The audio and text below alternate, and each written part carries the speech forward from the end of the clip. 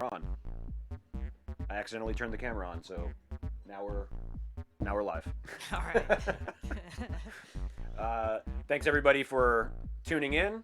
Nigel, thanks for checking in the chat room early on. Welcome. I'm Joe. I'm Victor. This is Trovarsi. Hello. Can you hear me okay? Yeah, I might maybe move it a little bit closer.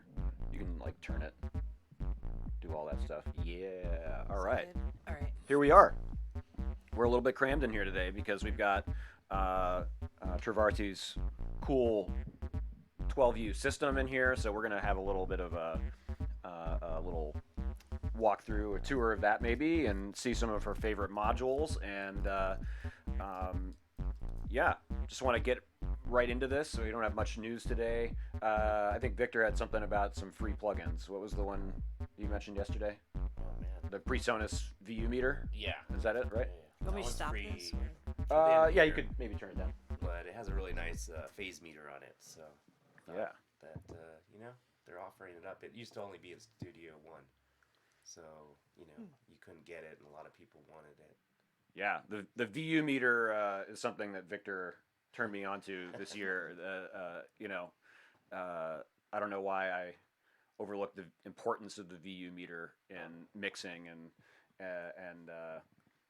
mastering, but one of those critical devices that once you Somehow the Key DAW just got us into this other world of like something that doesn't exist also, and kind of just looking at metering from peak to RMS, just the basic standards. And honestly, I never realized how much information I was missing from not looking at it like in other units of measurement.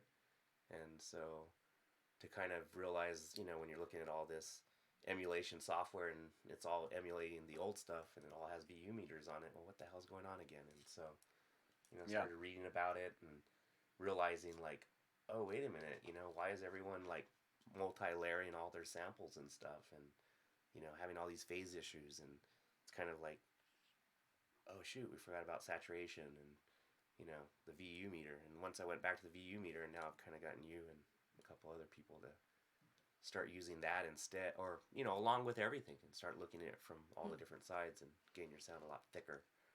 And so Yeah. VU meters, it's one of those tools that kind of if you keep your eye on it, it kind of ensures that your mixes are going to sound good together. So PreSonus free VU meter. What's it called? Just VU meter, right? I believe so. Yeah. If you Google PreSonus VU meter, Even free, you'll find it. Yeah. come up. Nice. So always good to have some free stuff. So anyway, let's get down to the nitty gritty here. Trovarsi, thank you so much for coming to the studio today. Thanks for having me. When did we meet? It must have been almost like 8-10 years ago through Gabe. Maybe a little bit more recent than that. When did you know Gabe Ferrer? When did you meet Gabe, our mutual friend? I want to say maybe 5 5 years ago? Something with Dubspot as well. Yeah, might have been around the Maybe. Dubspot times. Might have been at Perfect Circuit or something like that. Yeah. Yeah, but so we've kind of all known each other for a few years now, and you've been Half a decade. and just you've been watching your growth from when we met you to right now, especially, has been really impressive. You've got such a great attitude about the process, and you're a community builder, and I think you're just a great all-around musician and person, and so it was really exciting for us to get to have you in here and talk about what you're doing. So give us a little bit of an introduction. Tell us how you like to envision your work and your the various things that you do. Okay.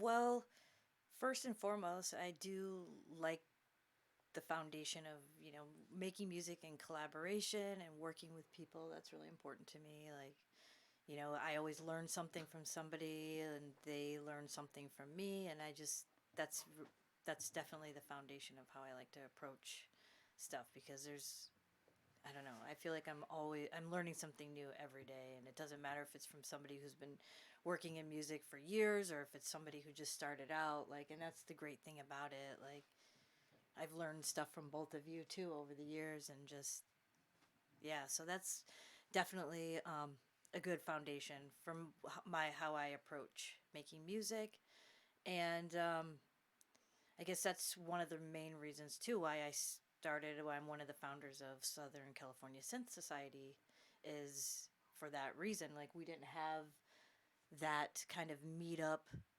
You know, a lot of stuff happens in LA. You know, everyone's like LA is sort of a center point, I guess, for all sorts of music, whether it's electronic, you know, live rock, whatever have you, and and then kind of, you know, making that smaller group, a smaller niche of getting into modular and electronic music. We didn't have that in Southern California. So, and I live out in the Fullerton, Anaheim area. And so we started a group out there and we do like DIY stuff and meetups and jams and just like a space for, excuse me, people to kind of get together and jam and talk, learn techniques. Yeah. Yeah. Kind of like goes back to the way that LA is balkanized in a sort of way where we're all kind of in different areas. There's often things happening, but often you've got to go a long, long way to get to some of those things. And you know, if you were going, if you were coming from Orange County down south of LA and trying to go to an event at Perfect Circuit Audio, and which you did just a few weeks ago for the Right. noise engineering events, right? Right. That's 2 hours. That's a long ride, just one way, Especially much in less. traffic. Yeah, Yeah. yeah, absolutely. And you know the distance itself, by the you know as the crow flies, is not really that bad if you were in any other place. But the organizational processes of This is highways. a mile a minute. You Yeah. know, this is, Right. Yeah, it's when I first moved to hard. LA, I remember I had a small group of friends from here from LA because you know it's changed a lot too. Because if you're from Orange County, only in recent times do you come to LA. Before you stayed in Orange County, and there was a separation. But not me. I've always, you know, gone everywhere that was You can move that a little closer. fun. But I know what it is to have to like, you know, it's like you invite people over and they're like, I live 3 miles away from you. And like, that's gonna take me an hour and a half. Right. You know, I'm not doing that. And Yeah. then one day you realize, and I think you know, you kind of know about it too because you've helped me out. You get a bike, and you realize LA's not that big, and you know I can beat any car in rush hour to Hollywood in like 15 minutes. So Right. Yeah. If I Yeah. only had figured that out sooner. Yeah, it's a strange town for commuting, but yeah. So in that you're centrally located in Orange County, the Southern California Synth Society was started up by you guys, and now you do building workshops, and you've got a guest coming in for an event this coming month. Yes. So on January 11th, which is our next event, we actually have Chris Meyer from Learning Modular.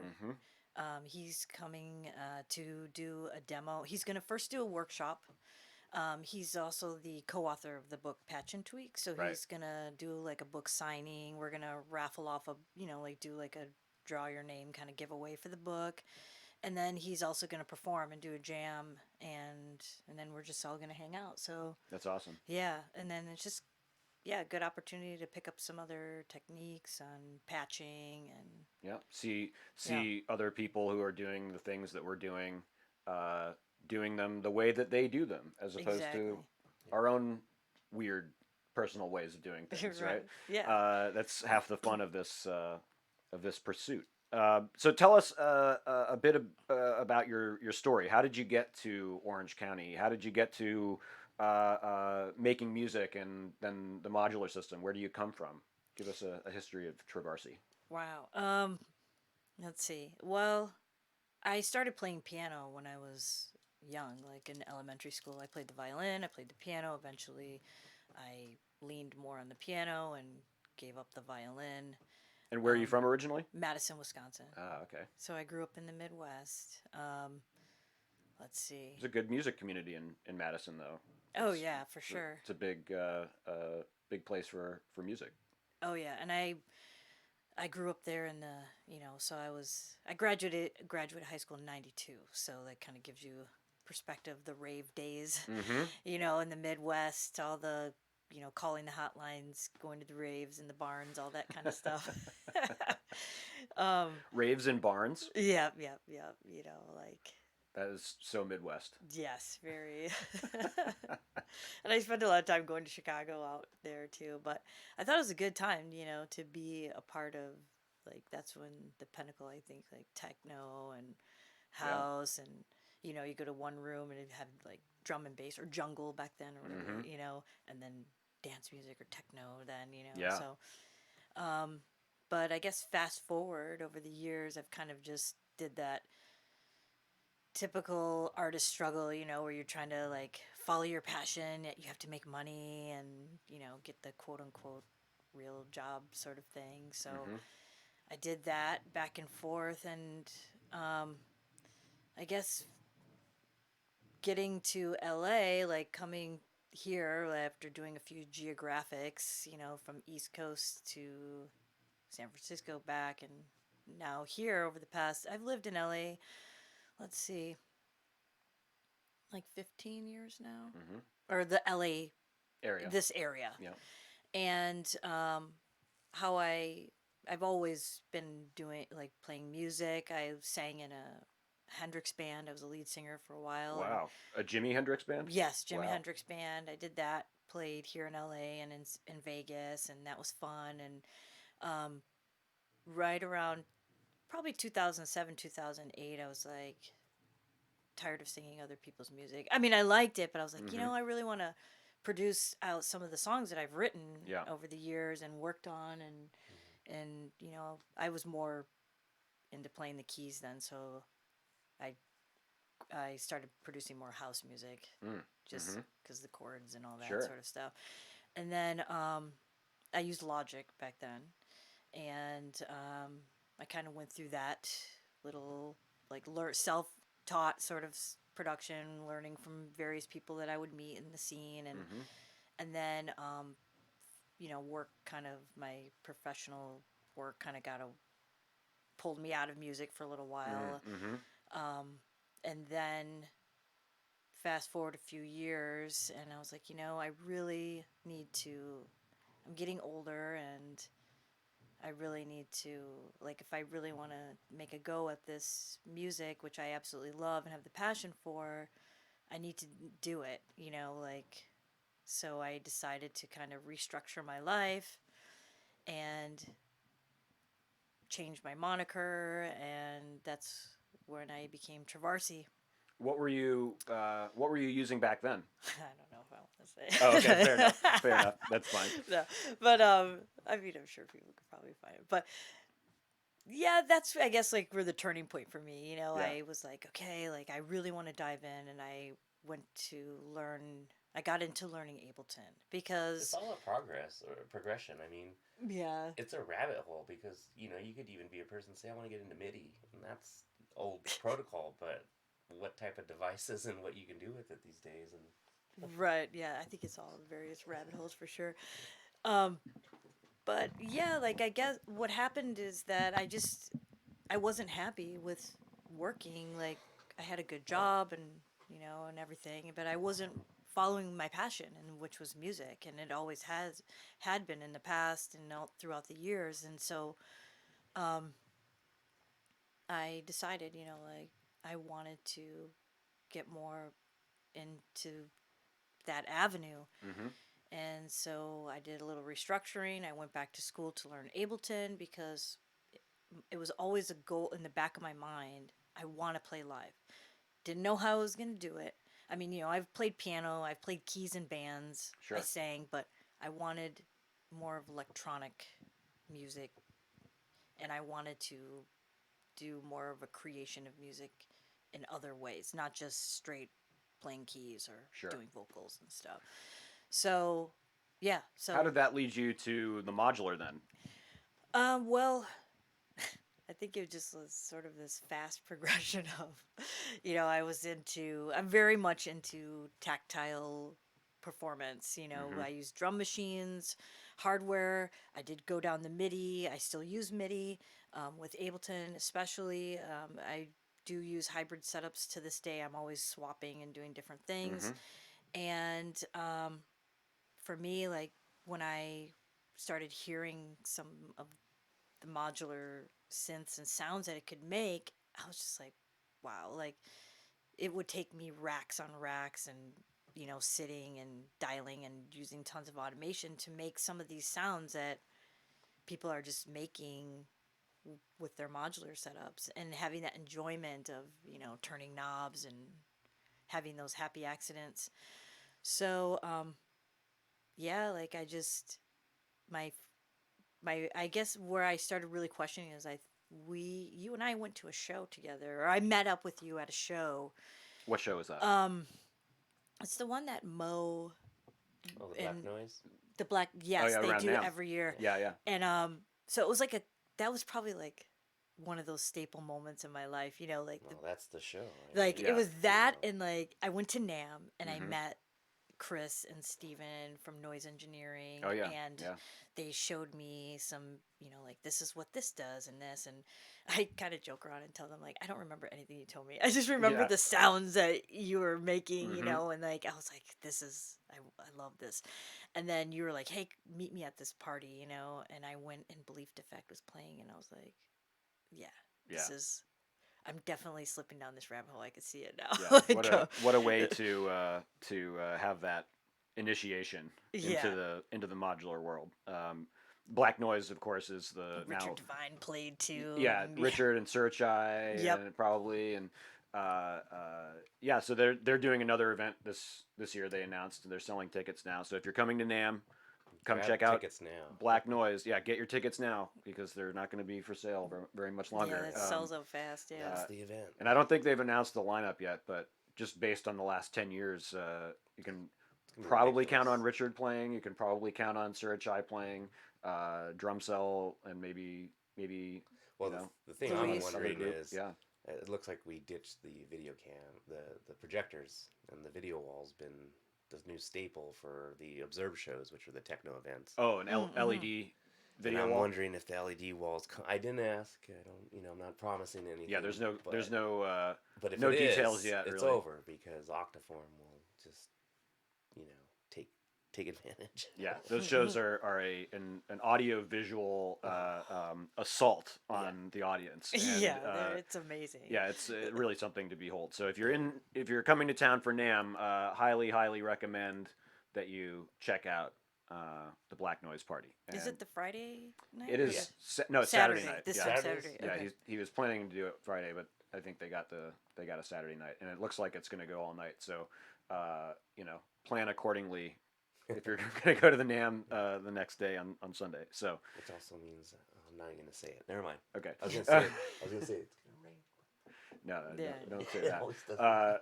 NAMM weekend is like for us synth nerds. I feel like It is the Christmas of the year for me.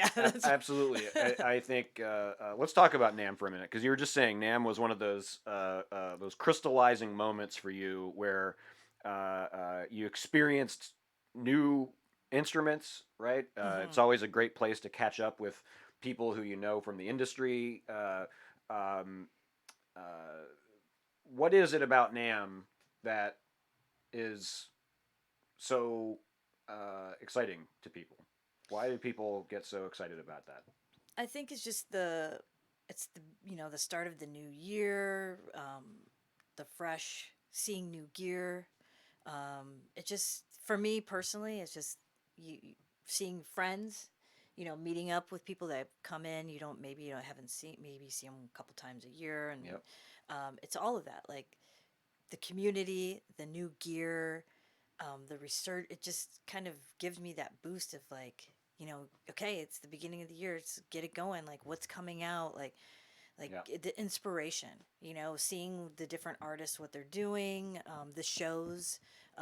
As a matter of fact, we are actually having a show that weekend too, for Socal Synth Society, and it's just all of that, and it's just people that are coming in from out of town that are coming for for NAMM to. I know someone that's looking for some speakers at NAMM. Let me see if maybe I can get you guys a talk there. That would be, Oh, that would be excellent. yeah. Yeah. Um, But it's just all of that, it's all positive. I know some people, like, I'm sure being a vendor sometimes, it can be a little because it's sure. very overwhelming. Yeah. You on the other side of it is just a lot of people, a lot of lights, a lot of, but I My think overall it's a pretty great experience. My first time was working for Native Instruments, and I had no idea what I was getting into at one of these NAMMs. And yeah, exactly like you said, it's like, what? Yeah. Yeah. The On so many levels. Yeah. a lot of people get a bad taste of NAMM because they get sick at NAMM. Yeah. We have everybody coming in from all over the world and planes, and having to work extra hard for a couple of days to set up their booth, and then the sickness starts to spread, and so there's always a little bit of a beef because of that with longtime NAMM attendees. But we learn to prepare. We bring Purell. We wash our hands a lot. Right. We do fist bumps instead of shaking hands. That never really lasts for very long. I think one thing that, like last year, Eat right. Yeah, oh, eat, right, like, definitely don't eat forget right, to right. eat, like pack a people do. lunch. Bring a lunch with you. Really good shoes, because we parked in Anaheim Stadium last time. They bumped us over from over there. Wow. Yeah, Yeah. bring a skateboard or a It's bike in your ridiculous. car so that you can commute from your car But this to last Anaheim year, Convention Center. I think it kind of showed the electronic musician, as I call it, right? The self producer, everything, you're doing it yourself, is huge.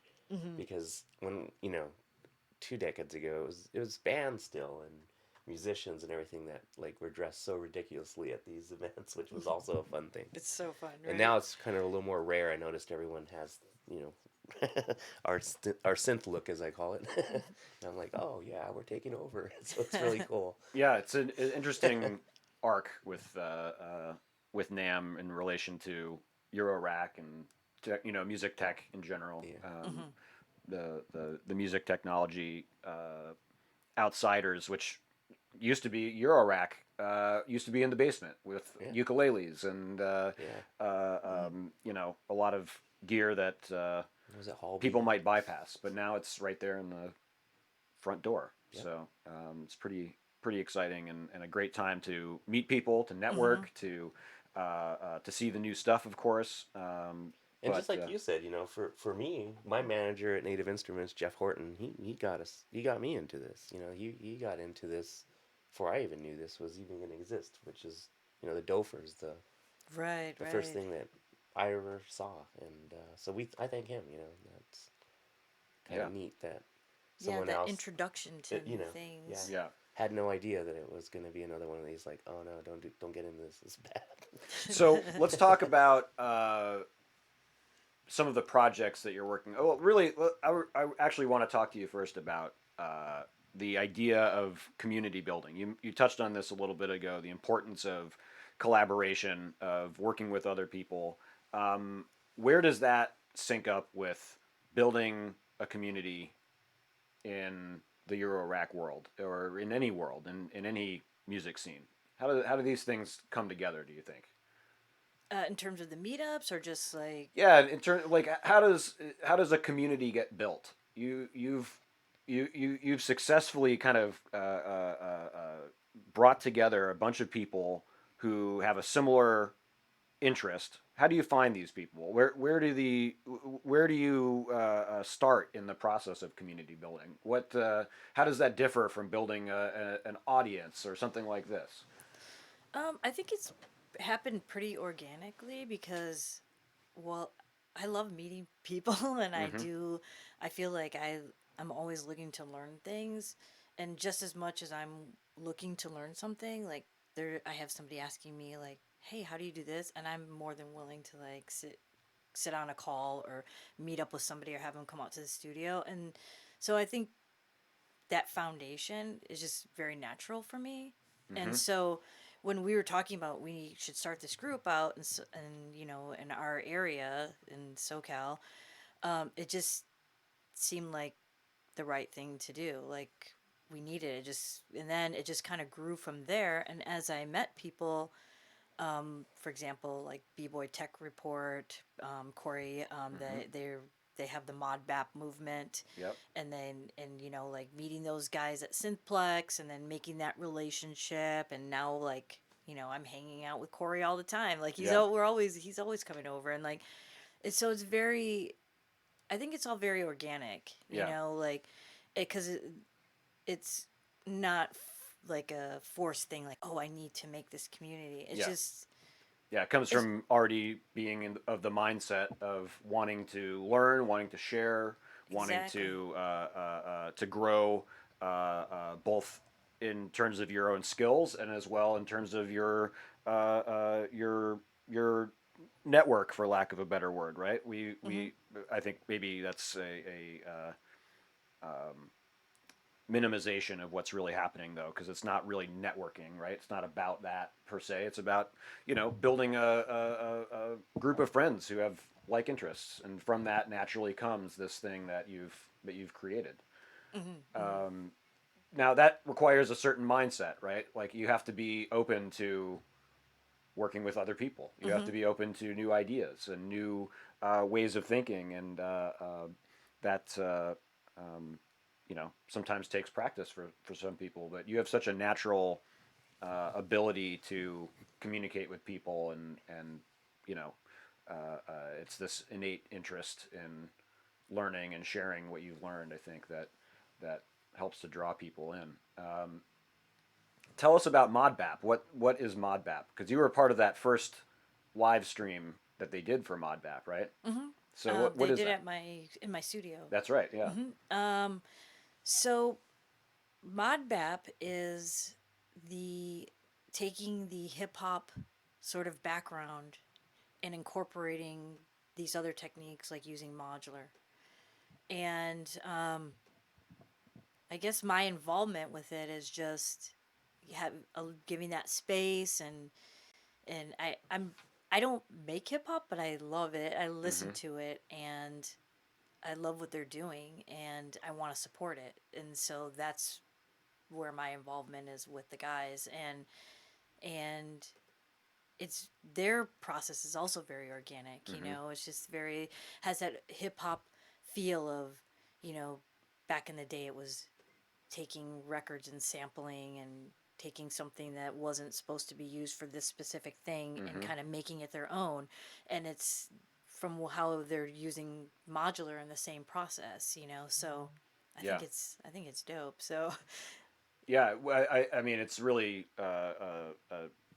interesting and new way of thinking about hip hop production, and hmm I think there's something very exciting about that. What was that studio session like? That I guess it was live streamed, right? hmm hmm And I would just recommend everybody go check out uh, the Modbap. What was it Modbap #1, right, hmm on B-Boy Tech Report on yes, their on channel, Beat right? People. On Beat People, right?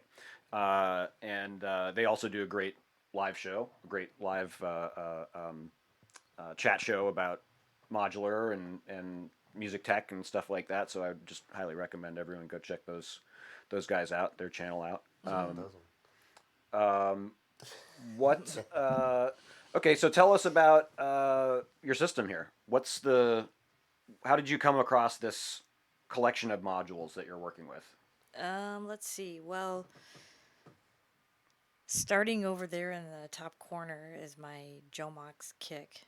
I love that thing because I took made some changes and designed some kicks on there, so I Mm-hmm. can change my kick up, and it's pretty powerful.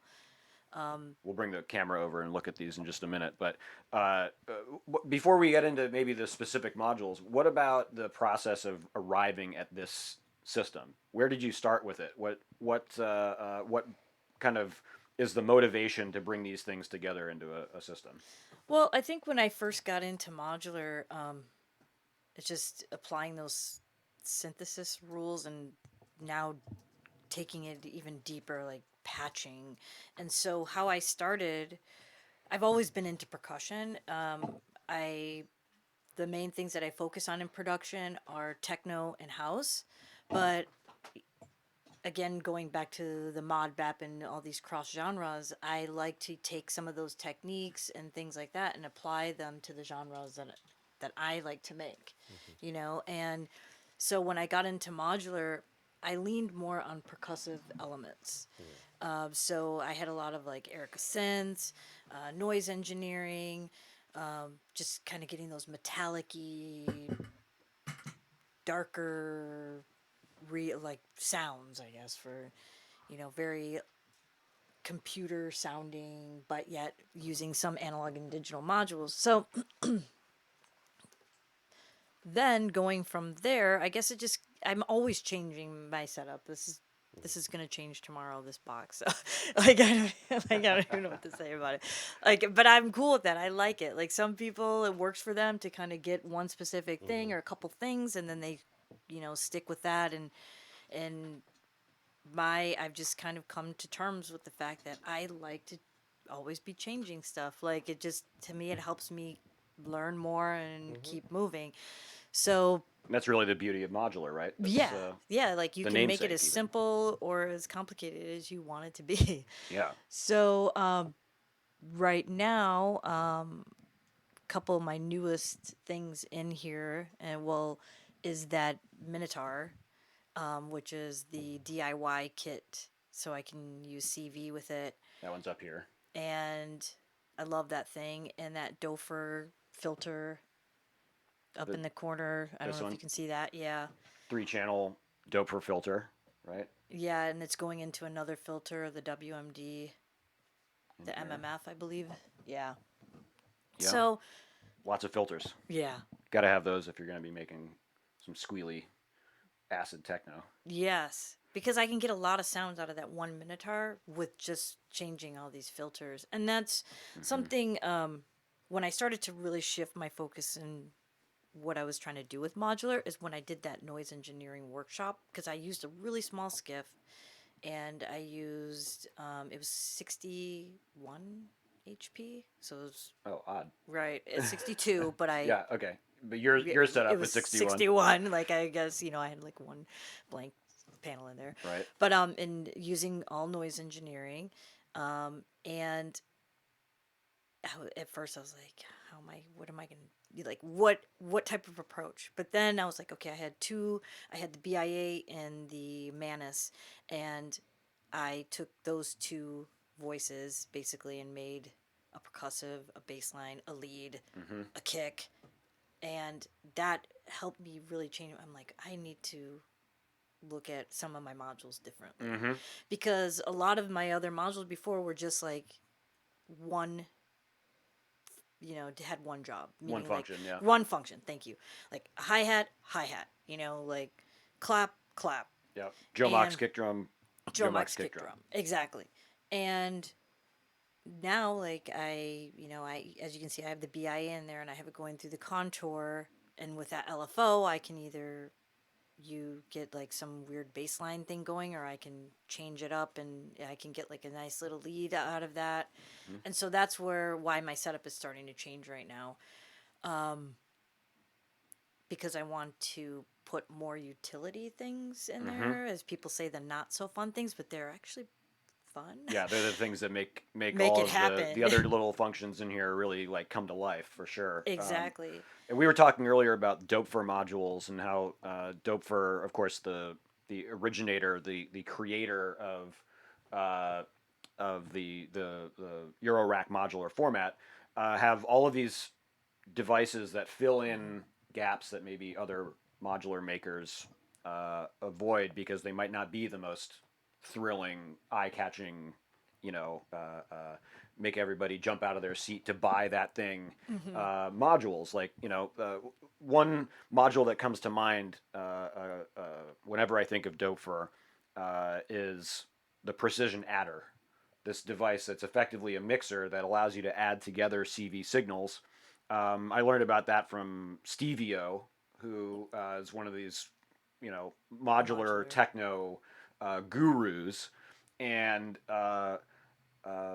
he uses this technique to mix together sequences. So, you know, two different sequences coming from two different CV sources added together all of a sudden become a completely different sequence, and Mm-hmm. you could use pieces or scaled amounts of each one. You add those things together, and we get something that's completely different from all of those things. Which with the tweak of one knob, all of a sudden you've got a different musical sequence, a different melody, a different bass line, whatever it might be.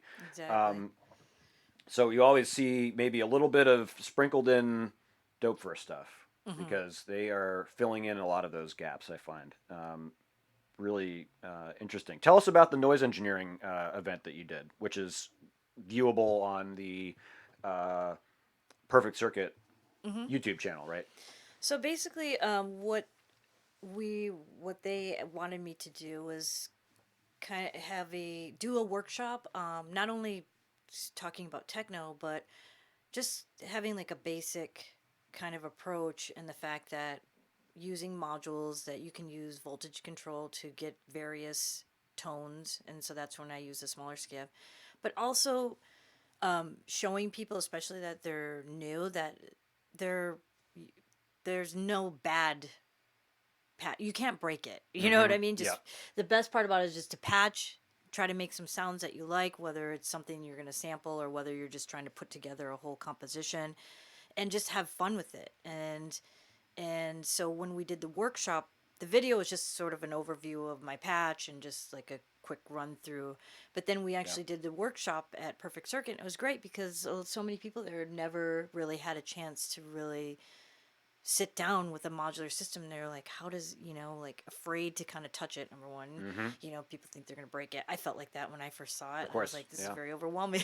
Yeah. And so it was really cool to like have people patch the same, because everybody had each group had the same modules and completely different sounds, Mm-hmm. from each group, Yeah. and just the idea that you can take modular and do whatever you want with it. So this was more. You did your demonstration and a talk about it, and then you had kind of a sit down workshop where Hmm. everybody could kind of patch their own system and a similar system to the one that you brought. Was that the idea? Yeah, they had the Oh, exact that's same great. modules. So, and then I did like a walkthrough and just kind of talked about CV, gate, trigger, Mm-hmm. talked about the clock, the importance of tempo, and then I sort of applied that to my patch and why what I chose to do with it in terms of making some kind of a techno groove. Mm-hmm. And yeah, so, and it was a lot of fun. It was a couple hours at the new Perfect Circuit spot that they have, that little room that they now remodeled Mm-hmm. and everything. And yeah, it was great. Yeah, that's very exciting. Hmm. Let's talk for a minute because I think you touched on an important point here about the early adopting, maybe not early adopting, the early process of getting into Eurorack. Hmm. It's often uh, uh, full of concern, of worry about breaking things, right? Hmm. When we buy something from the store, we buy it and we expect to be able to plug it into the wall and it to work and follow the instructions in the manual. Sometimes modules don't come with manuals, Right. and we have to plug these. We have to effectively open up the device and plug it in ourselves to a power supply that many people might not be familiar with, and so there Hmm. is there is a small potential for maybe breaking something when you first plug it in. Right. But once you've got that, once you've crossed that Rubicon, you're kind of free to make mistakes, right? Exactly. It's most modular manufacturers have some sort of reverse patching, or rather reverse power protection even. So if you do plug it in backwards to the power supply, then it will potentially be either protected or not destroy the whole thing. You might have to replace a diode or something, which I think most manufacturers would probably be willing to do for you. Hmm. But once you've got things set up, once you've got things in the box, Hmm. you don't have to worry so much about destroying it, Exactly. right? We can patch things around and discover new things and make mistakes and not have to worry so much about breaking the instrument so much as learning in that process. I think that's an important mental block for some people where we think, oh, okay, I shouldn't invest hard earned money into this thing because what if it explodes on me or something like that? Right. And I don't think I've ever even heard of anyone getting electrocuted as easy as it seems like. With an open case, you could stick your hand right in there and maybe touch open Touch the board power or power something. or something like that. I have heard of people accidentally like getting a cable down in there and hitting power or something like that. But it does take a little bit of care. I think clumsy hands are not necessarily the the best hands for working with modular. But yeah, okay. So uh, this workshop, well, let's talk about your relationship with noise engineering because we talked a little bit ago about going to NAMM, Hmm. meeting Chris and Steven, Hmm. very outgoing individuals. Hmm. Again, like great community builders. They have a wonderful blog that they keep updated, and Yeah, they're great. hope we can get them onto the show at some point in the near future. And uh, how has that relationship grown from NAMM? You met them at NAMM. They showed you some stuff, back in the day, and now you're working with them at Perfect Circuit. I think it just, again, like just kind of progressed through. I ran into them again. Here it wasn't all instantaneous. Like Sure. I met them at NAM, and then I ran into them at different events, and I saw them at Noisebug when they released the 5U, the Oh, right. Of Manus, course. and Chris and I were chatting there, and we're like talking. Oh, well, we should do like a workshop, and I told her like I do these hybrid workshops, like Mm-hmm. using hardware and Ableton and things like that, and we just kind of stayed in touch, and um, yeah, like I purchased some of their modules, like of course they're awesome. Yeah. And then she asked me like, would you like to do this? And I said, of course, Sure. definitely. And it just kind of, I guess, unfolded from there. And then, we talk and about, just life and hang out or whatever. Sure. And, but yeah, like I like what they're trying to do and what they've been doing. Like they definitely are community builders, which I love that. Yeah. The blog, super helpful. Yep. They recently started doing like a show, like a live stream Oh, from cool. their little studio, like a performance. Yeah, that's right. I remember Um, they were doing some with Powwow or something like that. I think a while back. But yeah, they have a very cool setup there in their studio. And what makes their modules different? There's something about their modules that are different from other modules. Do you think there's I mean, obviously Steven has a very particular mind for this process for making of these things. But what aspects of their devices stand out to you? well, when I first, again, because I was saying like I love percussion and percussive Oh yeah, sounds. Um, when I first bought the BIA, it was Derek that actually showed me at Perfect Circuit the basic. basic, Yeah. yeah, the voltage block Oh yeah. and patching and things like that. Mm-hmm. And The Maleko voltage block, yeah, and right? I liked that. Basically, their modules like they can be really noisy and gritty and very metallic and aggressive, but they also can be very smooth and you can. I like the dynamic range of their Mm-hmm. modules. I think the go-to is like immediate like noise engineering, but if you can get a lot out of it because if you look at the BIA and I believe you have one too, you can use triggers and gates to patch pretty much any point in the module, the envelope, the decay, the attack.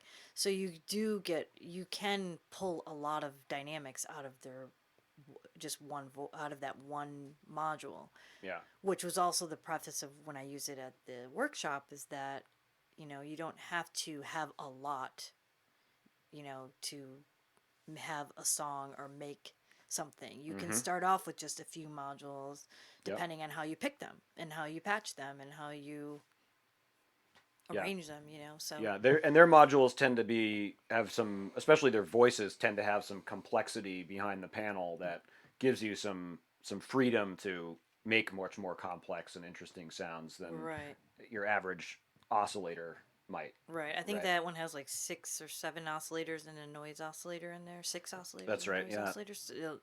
It's like Yeah. FM options that are you turn one knob and all of a sudden those six oscillators are frequency modulating each other Yeah. and you get Yeah. this crazy metallic stuff and yeah, it's really interesting devices, really well thought out devices that they just pack a lot of punch, don't they?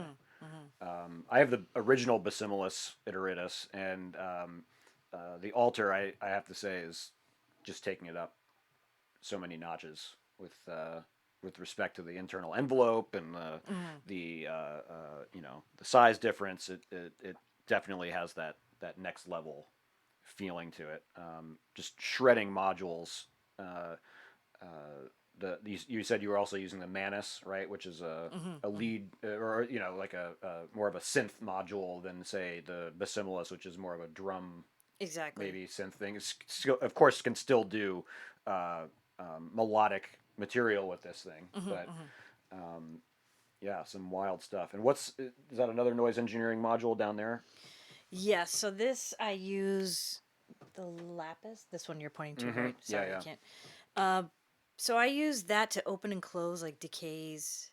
I use it as a performance tool, which with the sliders. Okay, so it's like an offset type of thing. Yes. Very cool. So that's pretty fun. Yeah, I love that thing. And my latest sequencer edition is the WMD Metron, which I love that thing. Which we can see down here at the Yeah. bottom with the number cycling and the pattern down here, right? Um, in the chat room, by the way, Mm-hmm. everybody, if you're listening, please, if you have any questions that you'd like to ask Trovarsi, post them in the chat there, and we will pass them along and ask those questions momentarily. Thanks, everybody, for checking out the show and for giving us some audio level feedback. Hopefully, everything is sounding good now. I think it was sounding good the whole time, just maybe not loud enough for some people. But Oh, okay. so everything should still be okay for the whole stream anyway. But okay, well, let's talk about some of these modules because I think you've got such a particular mind for picking out a system for putting together some of these things and a sound that you're going for too. So Mm-hmm. now you're saying you started out with this Jomox The kick kick. Mm-hmm. module up here, which I've heard so much good stuff about.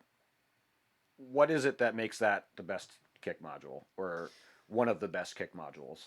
Well, the fact that you can design your kicks in there and then the immediacy of changing. So you can save a kick drum that you've designed as a Exactly. preset So and depending on zip your through them. song, you can. So that way you're not just. I feel sometimes when you're performing, you're juggling a lot of things. Mm-hmm. Like that kick's been going, the same kick's going for like a long time. Like you Yeah. can just, okay, well, this, maybe I need a longer kick, you know, with like a longer decay on it or something. Let me just switch it to, I know it's number 22 or Mm-hmm. whatever. And so you can, yeah, there's like, I think you can make 100. I have not obviously made 100 kicks on that thing, but I think you have up to 100 slots that you can save kicks to it. That's a lot of kicks. Yeah, yeah. Like I said, I haven't even used that many, but it's I like the immediacy that you can change it.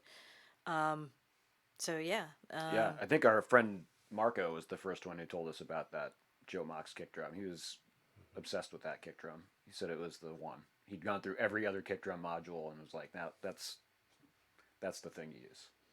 Uh, hmm.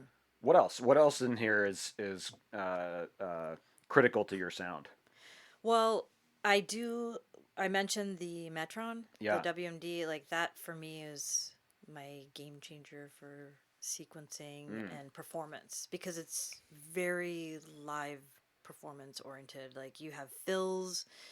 You can see visually 4 tracks at a time. So you can change, you can have up to 5 variations. Does it do CV sequencing as well, or is it just trigger sequencing? It's trigger and gate, and then I recently got the expansion, I don't know if you can see it right there. Oh.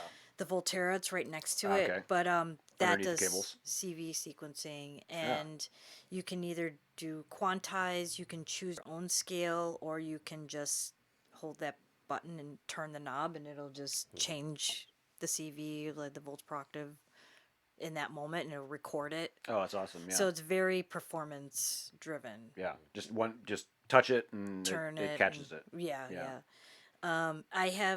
I'm still diving into it. Like you can have, you know, extended length sequences, but I typically just work within that one bar, and Mm-hmm. I can create a ton of variations Sure. right there. And yeah, And like once you go beyond one bar, you're starting to maybe not sound as techno, I guess. maybe. You like those? You got to have those short looping sequences, polymetric pieces of different lengths and things like that. It seems so. Mhm. What else? So the Metron does a lot of things. It's kind of a big module, but it's doing a lot of things in one, including quantization, multi-track trigger and gate sequencing, Mhm. right? Mhm. Does it? I assume it probably does accents and things like this as well, or so a lot of tools in one device that if you were to do this all pieced out into a fully modular setup, might take rows of modules, right? Exactly. You need many sequencers. You need probably a few different clocks. Probably does clock division and Mhm. multiplication, right? So that you can get different tempoed patterns and things like this.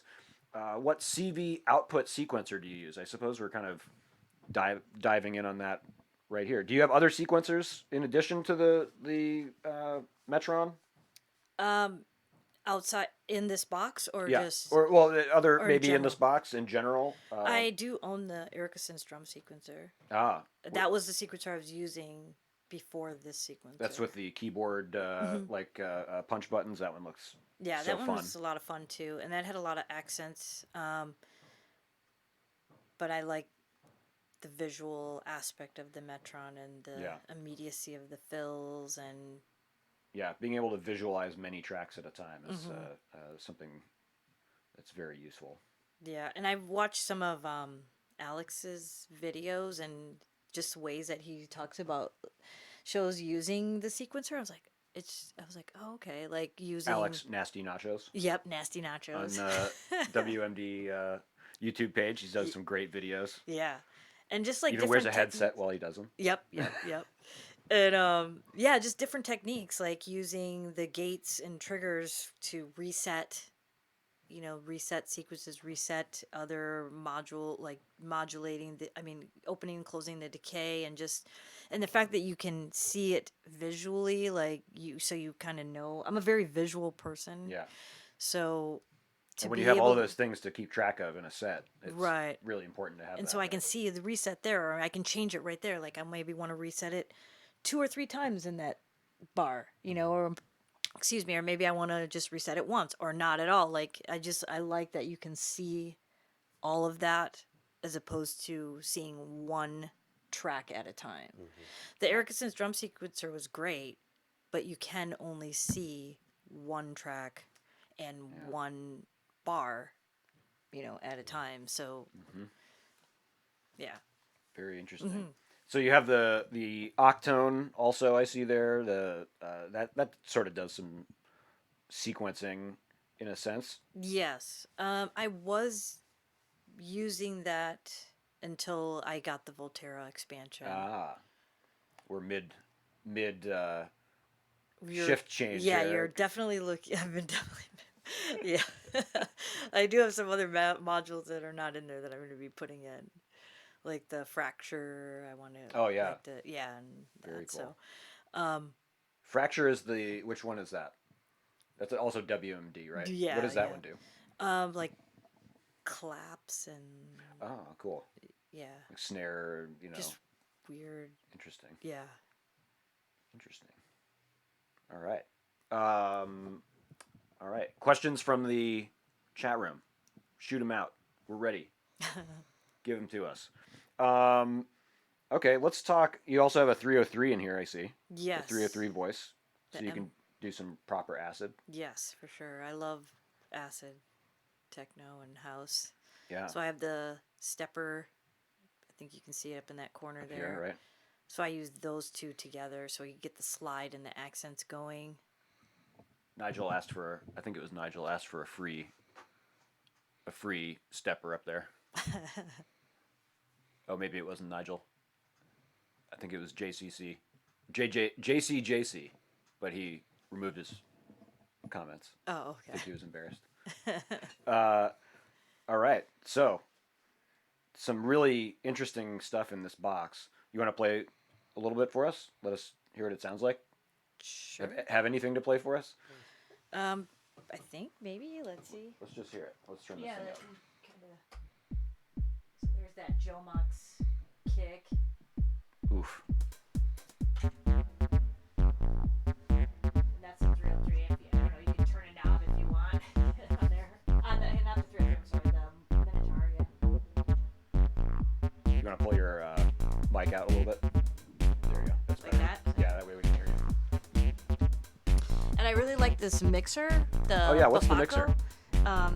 Should I turn it down a second? Sure. Here, I'll just Maybe a do little bit.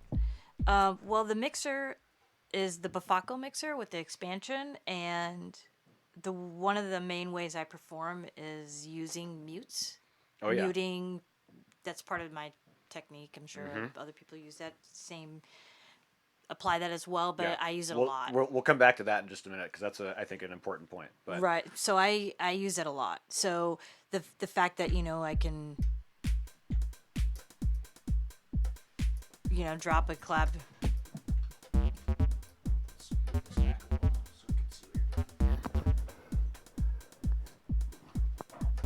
There we go. That's better.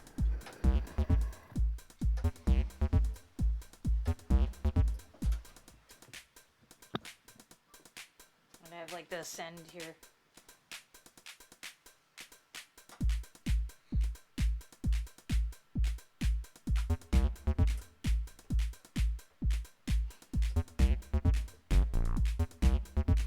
So you've got level control, you've got muting, Yeah. I have muting. panning. What else is in there? Let's see. So I have EQ, mid, Okay. low, high, Oh, wow. Okay. panning, and then on the expansion, it has pre or post fader to send and return. Right. So I have the dual effects Erica synths. So it has 2 channels, and it comes with reverb, distortion, various. I think a stereo, like a delay. Delay, yeah. A couple different types of delay. And yeah, so on one I have the reverb set, and another one I have a delay, and that's sending through the send channel. So, Wow. this is a really good effect module. It's pretty packed with a lot of stuff. That's the The Erica Erica Synth's Synths, the dual effects. Okay, Yeah, I really like it a lot. But 2 yeah, separate so channels of effects. That's really handy. and you can change. I tend to pick 2 that kind of really work for my setup since I am sending them to multiple channels. Yep. But yeah, and then you have this is your volume. So using the mutes like temporary or can put it in like Very cool. so that between that and having the immediacy of doing fills and then doing mutes, I typically like to stay within the 1 bar just so I can kind of Yeah. juggle. Yeah, so that brings us back to the mute discussion. Let's stop on that for just a second because I feel like this is something that often gets lost on people who don't perform live a lot. This is one of those missing links to how do you perform live, especially when we're working with 1 bar sequences, right? You've got only 1 bar effectively to work with. When people who might be more familiar with the production side of things think about making a song, they think about maybe a 4-bar loop or a something longer than 1 bar. Like 8 or 60. Yeah. Yeah. Now, how do you get so much out of 1 bar, and mutes, and the mixer controls that you have over here? Well, once I write, like maybe a bass line, and then I add some hats, claps, the kick, just like what I have on. Then I count a lot in my head. Like Mm-hmm. I'm Good. counting, so I dropping in the kick at the right time, like, and then I pull out the kick, and the same thing with the hats and the claps. So essentially, instead of extending out a 32 bar, like You make it feel I'm like making that. like it feel like that. Right. Exactly. Just by doing effectively arrangement changes via turning Mutes. things on. Right. Exactly. Yeah. That is I think one of those absolutely critical points to understanding how so much live performance happens. Is a lot of it is happening in the mixer, right? Exactly. We get the sense of arrangement by doing mix controls. We can even make, maybe instead of just muting, we could even EQ things when we have those controls on the mixer. And then it starts to feel like maybe a little bit like a DJ performance in some ways, even though you're really managing a lot more pieces, a Right. lot more granular level of a track than just two Right. pre-existing songs. Yeah, I think that's really important. Uh, I think when I play my live shows, I try to approach it like a DJ, mhm. like meaning like only so many minutes per one song, transitions, and I try to keep it flowing like that. Yeah, So having to be able to mute and change up writing the patterns on the fly is really important to me, because then that's how I can get that change. yeah, And then I use a lot of automation mentality, meaning like, maybe I'll open the filter halfway and leave it for 8 bars, and then I'll open it a little bit more. So you're hmm kind of getting that feel of like the song, like if you were listening to a full track.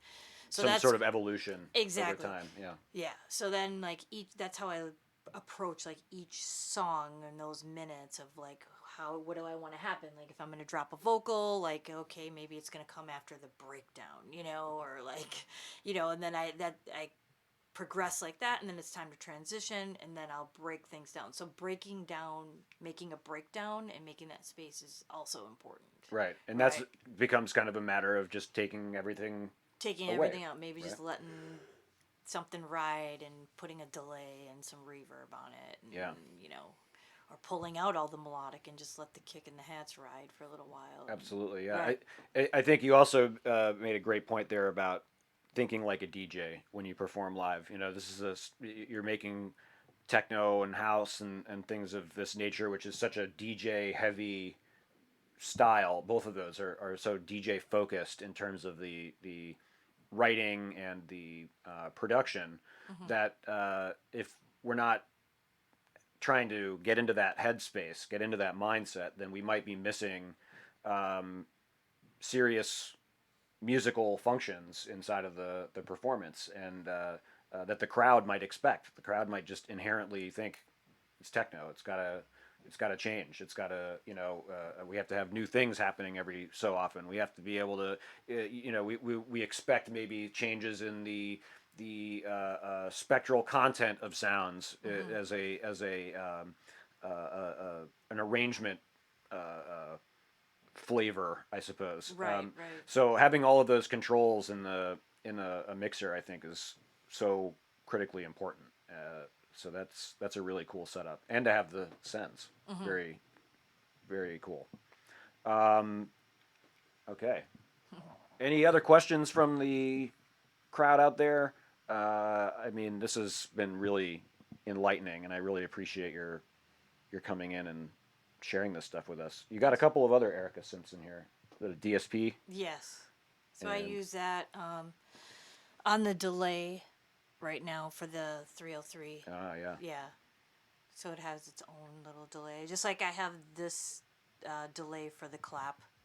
So ah, in addition to the one that I have going through the send, I have a clap going directly into this WMD one, and then the 303 goes into the Erica Synth DSP. yeah. Mm-hmm. So you have some dedicated effects as well. Right, and they each have their own like filter and Oh yeah, right. I have the Joe filter, the the 303 and the BIA are going through the Jove Oh. filter, and then the Three Sisters, the clap is going through, so I can change up the tone of the clap and Oh stuff. yeah, that's great. Yeah, those Filters are important. mannequins, they make some weird stuff. Yeah. Yeah, filters are critically important.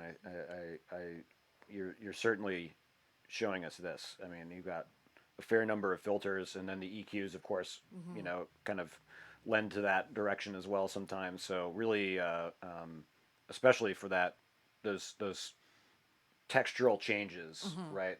Again, maybe going back to some of the expected elements inside of certain genres, really, expected in a lot of cases. So, yeah, well, this is really exciting, and let's talk about what you have coming up for 2020. Oh, okay. So you can hear me okay? Oh yeah, you can bring it a little closer. All right. There we go. Well, as we talked about before, we have the Chris Meyer guest coming for the Socal Synth Society meetup on January 11th. Where can people find out more information about that? So on Instagram, it's Socal Synth Society. And we do have a Facebook group page. And on there's We'll put the link in the video description later too. Okay, cool. And there's an Eventbrite because that's for RSVP. Okay. You have to RSVP to attend that one. And then for the NAMM, I'm doing actually a workshop at Musicians Institute Fantastic. using the Digitact with Electron, and I'm doing sort of how do you incorporate Ableton or a DAW with your piece of hardware and using Overbridge, and how you can use that to kind of streamline either your production or a live performance. So starting to get out into other kinds of hardware as well in that workshop. That's really exciting. Is that going to be open to the public, or is that just for MI students? It's probably just for MI students, right? No, it's open. Oh, okay. That's fantastic. Yeah, they're gonna. I believe they'll put up a RSVP for that, so that should probably be going up right after the new year. Oh, awesome. And you can find that on my Instagram. I'll post that up there, and so that should be fun. We're gonna do it's gonna be more of a hands-on instead of just like a walkthrough. We'll have groups. Every group will have like a Digitact, and we'll just kind of dive in, and every group can kind of work on something. We'll have a special giveaway from Electron for that. Awesome. So that should be fun. And then we have the Socal Synth Society party for the NAMM that Thursday, which is the 16th. 16th of January. So so the MI thing is the 15th of January Okay. at Musicians Institute, and then the 16th is going to be in Fullerton. So we're kind of keeping it close to the convention center. Wise. Yep. Yeah, so that's at Joe's, which is in downtown Fullerton, and that is going to be fun because there's going to be a lot of people coming in doing short performances with modular and hardware. That's I know really. you're going to be there. I'll be there. Yep, For yep, sure. uh-huh. That's kind of the joy of NAMM, right? Is we get to not just go and see new crap, but we also get to go and hang out after NAMM with all of our friends and colleagues or soon to be colleagues, as the case may be, if you've not been to NAMM before or not been to any of the surrounding events. So great opportunity to come and meet some of the people who are doing this stuff and who you want to mingle with, who you want to rub elbows with and learn from and these things. So highly recommend that you come check those things out if you're going to be in NAMM. What else? Well, yeah, that also just saying too that's great because you don't have to have a pass for NAMM to attend it, which Absolutely. is great. Absolutely. That's Yeah. the NAMM badge is the hard thing to attain, and it's all of those events that happen around NAMM that are frankly the fun part anyway. Right. So, Yeah. And we're gonna have like a bunch of good giveaways for that. Some special things from Empress Effects and WMD, as well as some YouTube influencers that are going to be performing and giving away some of their download packs and things like that. So it's going to be fun. Good very night. cool. And yeah, I mean, that's a lot of stuff. Like, well, I'm going to actually be working one day or two with noise engineering at NAMM At now, too. okay, Yeah, cool. so that's going to be fun. I'm looking forward to that. And A day or two is about just right for working at NAMM. More than that, yeah, helping out there. you're gonna be And tired after yeah.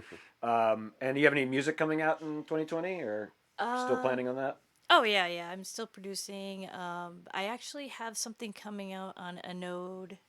Yeah, Yep. great. Ron is in the works for that. It's a compilation, a techno compilation he's going to be putting together for the label. And I'm going to be playing live in LA on February 20th. That's for sure. Is that the release party for the record, or is that No, that's just unrelated? something Cool. separate. Yeah. Fantastic. So a lot of things coming up early in the year, and hard to predict beyond that, I suppose. But really exciting stuff, and I'm really looking forward to that. All of that stuff around NAMM. It's going to be a great time, and looking forward to seeing what you've been putting together here with this Synth Society. Very Cool. cool Yeah. stuff. Well, thank you so much, Trovarsi, for coming Yeah, thanks. and Thanks for having sharing me, this guys. stuff. This is great, and I think you've got such a unique perspective on these things, and I think Big change from last year, a year ago. Yeah. I know exactly where you were a year ago. yeah, So different it's huge. different stuff, and Thank you. great sounds. Just cannot wait to keep seeing you hustling out there and doing this stuff, and I think we can all take a lesson, not just from the amazing